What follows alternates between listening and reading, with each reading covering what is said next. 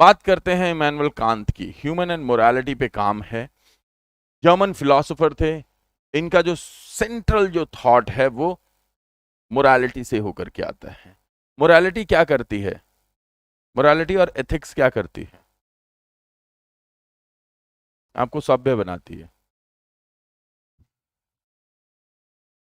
आपको सभ्य बनाती है।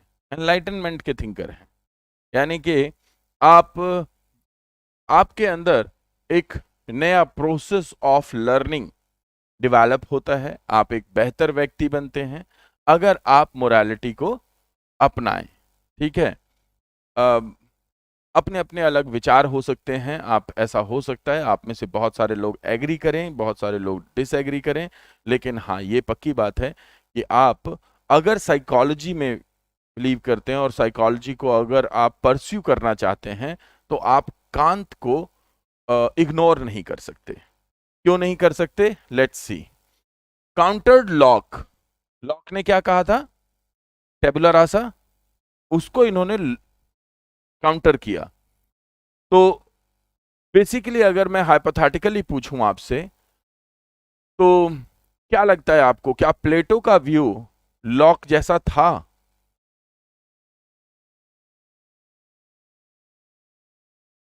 प्लेटो का व्यू लॉक जैसा था या प्लेटो का व्यू लॉक से डिफरेंट था?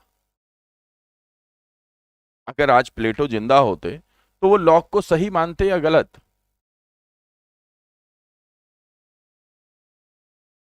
ये महत्वपूर्ण है समझने के लिए, यही है जो समझ क्रिएट करेगा।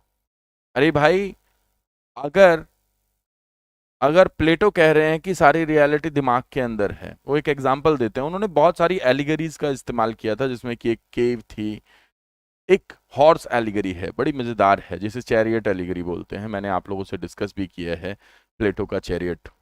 लेकिन मैं आज एक डिफरेंट विचार की बात कर रहा हूं। वो जब आइडिया की बात करते हैं और आइडिया से वो आइडियलिज्म तक आते हैं, तो कहते हैं कि हम अपने दिमाग के अंदर जो बाहरी चीजें हैं उनको देख करके मीनिंग कंस्ट्रक्ट जरूर करते हैं, और जिसने इतना पढ़ लिया वो प्लेटो को गलत तरीके से कोट करेगा। क्योंकि कुछ 3 पेज के बाद, ये 3 साढ़े 3 पेज में वो बोलते हैं इस बात को कि हम जो देखते हैं उसी से मीनिंग क्रिएट करते हैं।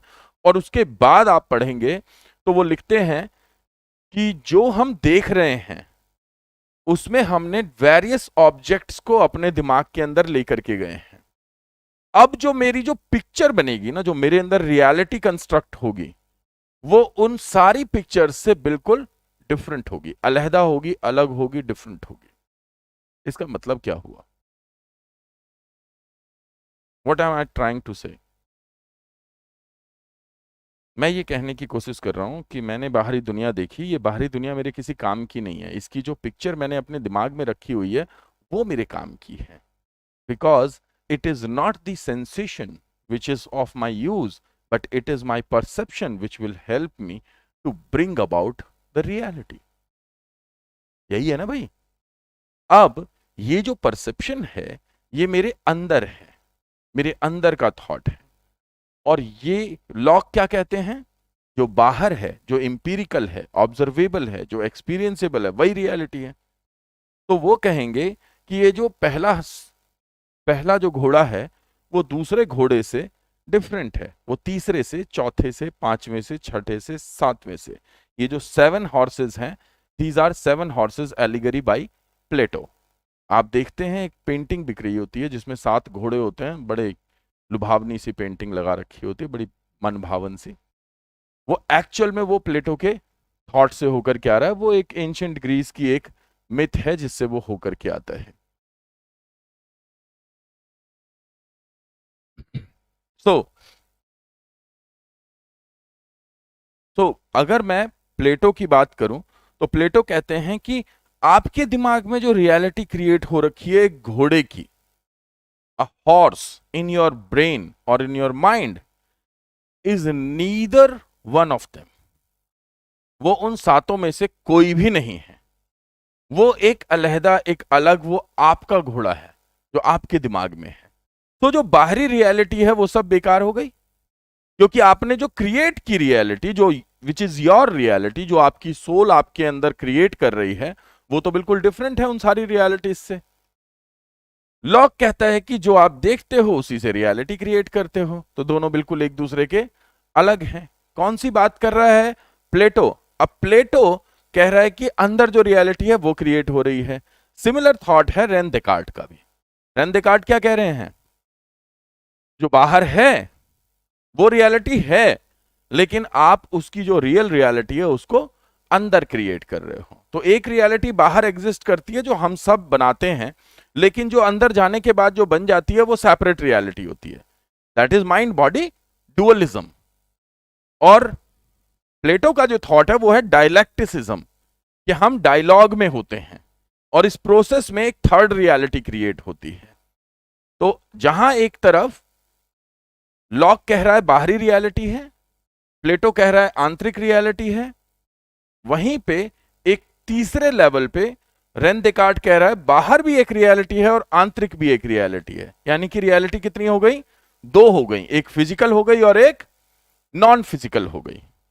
राइट? तो प्लेटो कह रहा है एक रियलिटी है अंदर है, लॉक कह रहा है एक रियलिटी है बाहर है, और जो जो रेन डेकार्ट कह रहा है वो कह रहा है दोनों ही रियलिटी है यार, बाहर वाली बाहर है और अंदर वाली अंदर है। तो वो कहता है कि मेरा एग्जिस्टेंस इसीलिए है क्योंकि मैं वो रियलिटी क्रिएट कर सकता हूं, माई रियलिटी। ठीक है ना? तो यहां से कॉन्सेप्ट आया दो रियलिटीज का। एक रियलिटी है द रियलिटी और एक रियलिटी है माई रियलिटी।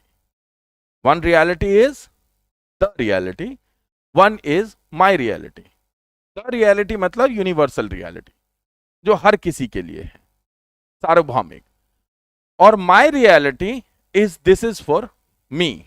तो एक तरफ वो इंडिविजुअलिटी आ रही है, वो स्पेसिफिसिटी आ रही है, और दूसरी तरफ यूनिवर्सलाइजेशन आ रहा है।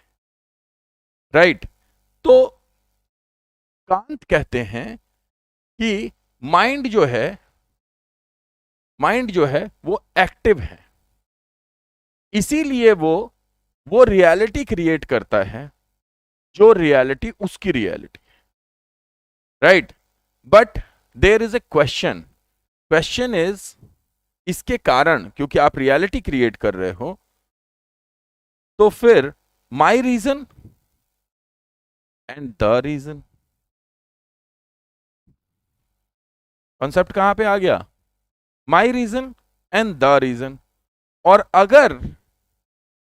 अगर मैं इस बुक की बात करूं, ये इमैनुअल कांत की बुक है, critique of pure reason, one of the best finest work in history of reason based philosophy. अगर आप रीजन पढ़ना चाहते हैं तो क्रिटिक ऑफ प्योर रीजन पढ़िए।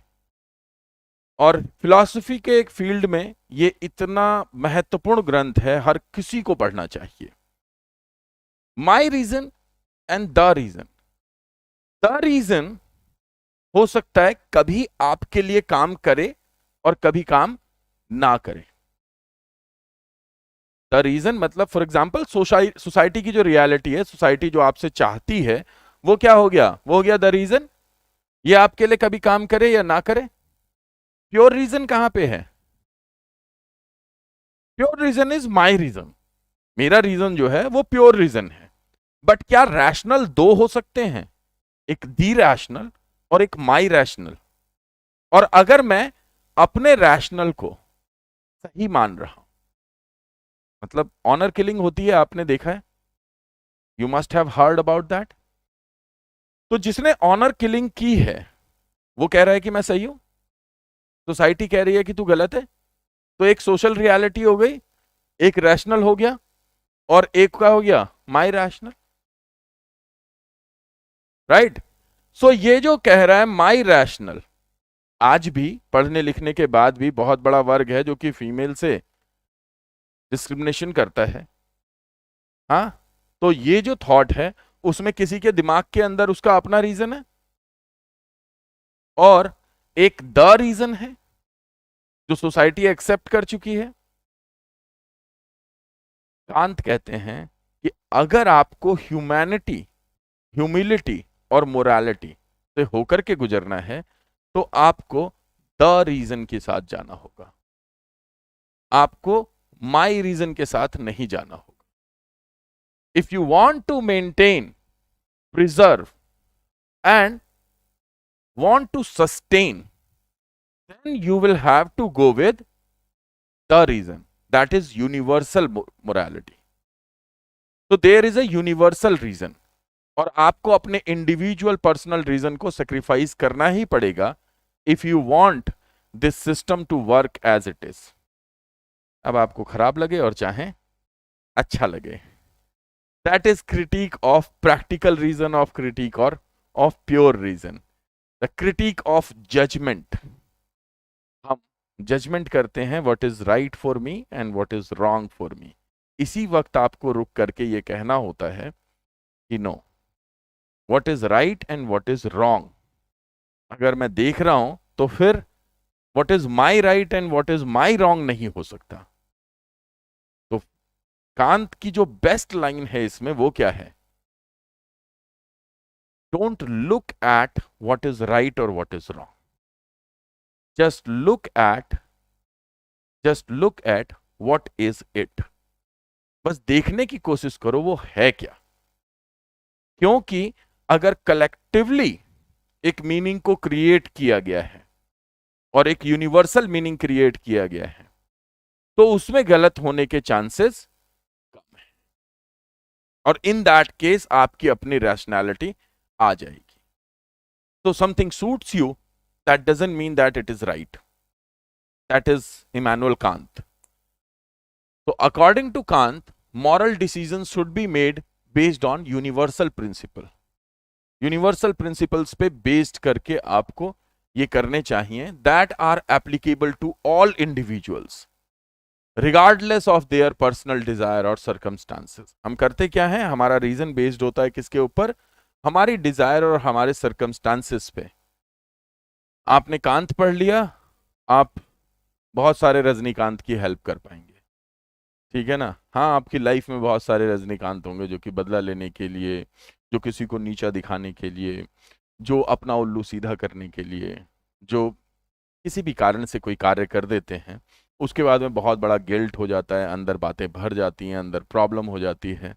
इसी को कन्फ्लिक्ट या लॉस कहते हैं, और इसी की समस्या का समाधान फ्रॉइड कर रहा था, राइट। सो उसने इस चीज को पढ़ा। मैंने इमैनुअल कांत बहुत पहले पढ़ा था, मुझे इमैनुअल कांत बहुत पसंद नहीं आया। मैंने ये पढ़ा था 2004 में, 2004 में, यानी कि आज से कुछ 19 साल पहले, and I didn't like it.